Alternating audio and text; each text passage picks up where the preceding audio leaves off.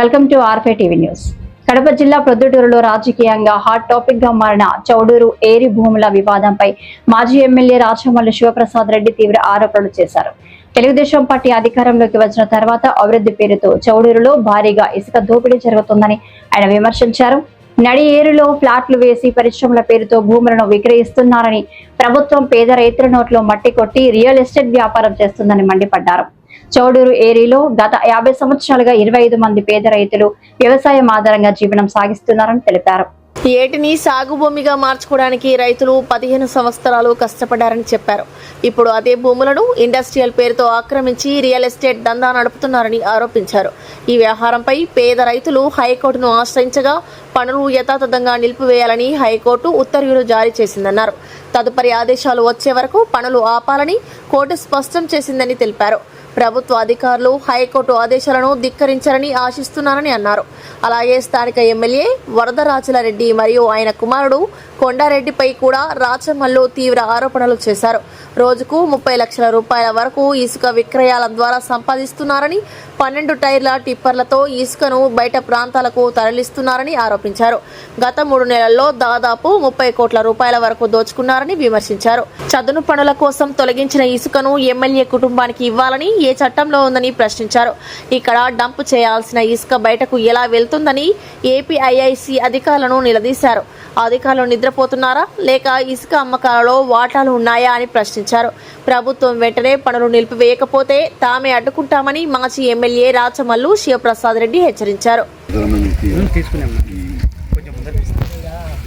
ఇసుక అమ్ముకున్నారు,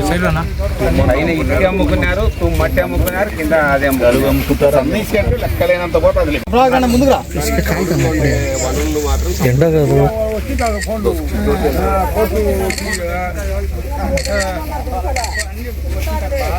రాజకీయ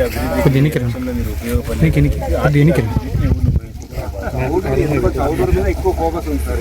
అవి రోడ్లు వెళ్ళబ్బా రాచమల్లకు జగన్ వర్గంలో అటు కొట్ట పొలం వేసుకునే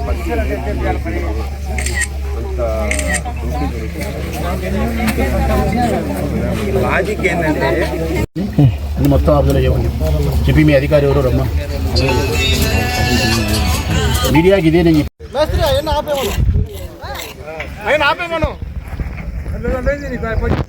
మీరు కూడా రండి, మీరు కూడా ఆపి పోండి, రండి మీరు కూడా పోండి, బయటికి రండి, ఇలా పోరి, ఇలా పోయి పండుకోపోరి ఎడపోదు.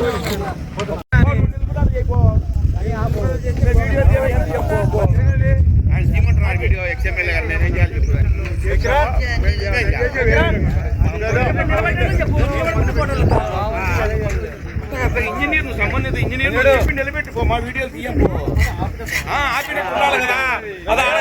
పెళ్లిపల్లె, శంకరాపురము, రంగసాయపురము ఈ 4 పల్లెలకు సంబంధించిన గ్రామస్తులందరి తరఫున వైఎస్ఆర్ కాంగ్రెస్ పార్టీ వైపు నుంచి నేను మాట్లాడుతూ ఉన్నా.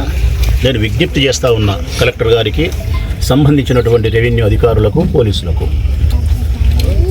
వారికి విజ్ఞప్తి చేయడమే కాకుండా ఇక్కడ జరుగుతూ ఉండే ఇసుక దోపిడీ గురించి ప్రజలకు సవినయంగా వివరిస్తా.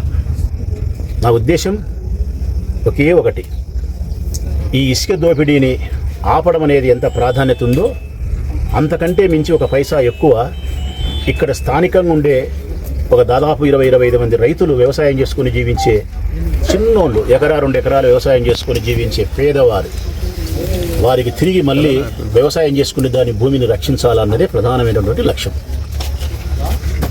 ప్రస్తుతం మనం చౌడూరు ఏట్లో ఉన్నాం ప్రజలారా. చౌడూరు ఏట్లో 3 నెలల క్రితం కూడా ఇక్కడికి వచ్చినాం మేము. ఆ రోజు కూడా వీడియో తీసి మీకు చూపించినాం ఏట్లో ఉన్నామని చెప్పి. ఈరోజు మళ్ళీ అదే ఏట్లో ఉన్నాం. సమస్య ఏంటంటే నట్టి నడేట్లో, చౌడూరు గ్రామం నట్టి నడేట్లో 50 సంవత్సరాల కిందట ఈ పల్లెకు సంబంధించినటువంటి కడు పేదవారైనటువంటి, చాలా పేదవారైనటువంటి ఎస్టీలు ఉన్నారు, ఎస్సీలు ఉన్నారు, ముస్లిం కుటుంబాలు ఉన్నాయి, ఓసీలు కూడా ఉన్నారు, రెడ్డి గారు కూడా ఉన్నారు. కడు పేదవారు 50 సంవత్సరాల కిందట ఇప్పుడు ఉండే వాళ్ళకంటే వాళ్ళ పెద్దలు పూర్వీకుల కాలం నుంచి బ్రతకడానికి ఏ విధానము సోర్సెస్ లేక వారికి ఆస్తి లేక పాస్తి లేక ఉద్యోగం లేక పెద్ద చదువులు చదువుకోక వారికి వేరే వ్యాపారాలు వేరే వృత్తులు తెలియక వారికి తెలిసిన ఏకైక వృత్తి వ్యవసాయం. ఆ వ్యవసాయాన్ని ఆధారంగా చేసుకొని వారి భార్యా పిల్లలకు ఇంత పట్టెడు బువ్వ పెట్టాలనే ఉద్దేశంతో ఈ గ్రామానికి సంబంధించిన పేదవారు ఈ ఏట్లేకి వచ్చి వారికి చేతనైనంత ఒక్కొక్కరు ఎకరన్నర 2 ఎకరాలు సాగు చేసుకునే ప్రయత్నం చేసినారు. ఏటిని వ్యవసాయ భూమిగా మార్చుకోవాలంటే చాలా కష్టం ప్రజలారా. పెద్ద పెద్ద ఇసుక తిన్నెలుంటాయి. వాటిని అన్నిటినీ సదును చేయాలా. సదును చేసిన తర్వాత నేలమట్టం చేసుకున్న తర్వాత పంట బండాలంటే నల్లమట్టిని తోలాలా. నల్లమట్టిని తోలుకోవాలంటే పెట్టుబడి పెట్టాలా. ఒక్కరోజుతో తోలుకుంటే ఏది కార్యక్రమం కాదు. భర్త, భార్య, పిల్లలు, సంతానం అందరూ కలిసి శ్రమించాలా, పెట్టుబడులు పెట్టాలా. పేదరికంలో ఉండే కుటుంబాలు ఈ ఏరును మెల్లిమెల్లిగా 10-15 సంవత్సరాలు కష్టపడే వాళ్ళు సదును చేసి మట్టి తోలి బోరేసి మోటార్లు బిగించి పైపు లైన్ వేసుకొని పెట్టుబడులు పెట్టి వ్యవసాయం చేసుకొని 1 ఎకరాలు లేదంటే 2 ఎకరాలలో బ్రతకడం కోసం పిల్లానికి పిల్లలకు భూ పెట్టేదానికోసం వ్యవసాయం చేసుకొని బతికినారు. ఈ తతంగం అంతా జరగబట్టి 50 సంవత్సరాలైంది ప్రజలారా. 50 సంవత్సరాలు జరిగిన తర్వాత ఈ తెలుగుదేశం పార్టీ అధికారంలోకి వచ్చిన తర్వాత నంద్యాల వరదరాజిరెడ్డి గారు ఎమ్మెల్యే గారు డమ్మీ ఎమ్మెల్యే, ఇంకా మమ్మీ ఎమ్మెల్యే ఇంకొక ఆయన ఉన్నాడు రాజ్యాంగేతర శక్తి నంద్యాల వరదరాజిరెడ్డి కుమారుడు కొండారెడ్డి. వీరు ఇరువురు కలిసి ఇక్కడ ఒక అభివృద్ధి కార్యక్రమం పేరుతో ఇసుక దోపిడీకి తెరదీసినారు. ఏం నా అభివృద్ధి కార్యక్రమం అంటే నట్టి నడేట్లో పరిశ్రమలు పెట్టే వారికి ఈ స్థలాన్ని విక్రయిస్తారంట ఫ్లాట్లేసి. ఊరికే కాదంట ఇచ్చేది, పరిశ్రమలు పెట్టేవారికి ఏటిని సదును చేసి రోడ్డు వేసి కాలువ కట్టి ఏమేం చేయాలని చేసి ఫ్లాట్లుగా విభజన చేసి 5 సెంట్లు 10 సెంట్ల ఫ్లాట్లుగా విభజన చేసి పరిశ్రమలు స్థాపించే వాళ్ళకు అమ్ముతారంట. అంటే ప్రభుత్వము రియల్ ఎస్టేట్ వ్యాపారం చేస్తుంది. ఎక్కడికి వచ్చి చౌడూరు ఏట్లేకి వచ్చి ఎవరి నోట్లో మట్టి కొట్టి 50 సంవత్సరాలుగా వ్యవసాయం చేసుకొని బ్రతకలేక ఉండే నిరుపేదలైన రైతుల నోట్లో మట్టి కొట్టి ఏ మట్టినైతే పిసికి మనకు బువ్వ పెడతానాడో ఆ రైతు నోట్లో మట్టి కొట్టి వరదరాజిరెడ్డి కుమారుడు కొండారెడ్డి ఇక్కడ ఇసుక దోపిడీ చేయాలి. చూస్తున్నారు, మీ కళ్ళ కనపస్తుంది. ఇదంతా ఏరియా ఇసుకనే. ఆ రోజు మేము వచ్చి అడ్డుకున్నాం, మా మాట వినలే, పోలీసులు పంపించినారు. ఇది రెవెన్యూ డిపార్ట్మెంట్ది, ఇండస్ట్రియల్ డిపార్ట్మెంట్కి హ్యాండ్ ఓవర్ చేసినారు. చట్ట ప్రకారం నాకు అనుమతి ఉంది, మీరు ఏదైనా ఉంటే న్యాయస్థానానికి పోండి, అంతవరకు ఇక్కడ ఎవరైనా చిన్న టెంట్ వేసినా గుడారం వేసినా మీ మీద కేసులు పెడతామని చెప్పి పోలీసులు మాకు వార్నింగ్ ఇచ్చినారు. చట్టాన్ని గౌరవించే వ్యక్తులుగా సరేలని చెప్పి మేము వెళ్ళిపోయినాం. 3 నెలలు అయింది. 3 నెలల తర్వాత మేము అప్పుడు కోర్టుకు పోయి కోర్టులో వాస్తవ స్థితిని హైకోర్టుకు చెప్పినాం. అయ్యా, ఇంతమంది రైతులం మేము వ్యవసాయం చేసుకుంటున్నాం, 50 సంవత్సరాలైంది, భూమి మాది కాదు, ప్రభుత్వానికి సంబంధించిన ఏటికి సంబంధించిన భూమి, ఏటి పరంబోకు సంబంధించిన స్థలం ఇది, వ్యవసాయం చేసుకొని జీవిస్తున్నాము, దీనికి ఎంతో కష్టపడినాము, ఎన్నో శ్రమించినాము, కుటుంబ సభ్యులతో పెట్టుబడులు పెట్టాము, బతకలేక మేము వ్యవసాయం చేస్తున్నాము, వ్యాపారాలు చేసేదానికో డబ్బు సంపాదించుకునే దానికోసం కాదు, కడుపు నింపుకునే దాన్ని వ్యవసాయం చేస్తున్నాము. ఇట్టి సందర్భంలో ఎమ్మెల్యే గారు కుమారుడు ఇక్కడ ఇండస్ట్రియల్ డిపార్ట్మెంట్ తరఫున పరిశ్రమలు స్థాపిస్తామని చెప్పి మాకు సంబంధించిన ఈ భూమిని దౌర్జన్యంగా స్వాధీనపరుచుకొని ఎటువంటి మాకు నోటీసులు ఇవ్వకుండా, మాతో సంభాషించకుండా, నష్టపరిహారాన్ని చెల్లించకుండా, తిరిగి ఎక్కడైనా వ్యవసాయం చేసుకునే దానికి భూమిని చూపించకుండా, ఈ భూమిలో మేము ఏర్పాటు చేసుకున్నటువంటి మోటార్ కానీ, బోరు కానీ, పైపు లైన్ కానీ వాటికి అయ్యే నష్టపరిహారాన్ని మాకు చెల్లించకుండా దౌర్జన్యకరంగా పోలీసుల ద్వారా వాళ్ళు స్వాధీనపరుచుకొని ఇక్కడ పరిశ్రమలు స్థాపించడానికి రియల్ ఎస్టేట్ వ్యాపారం చేస్తూ ఉన్నారు.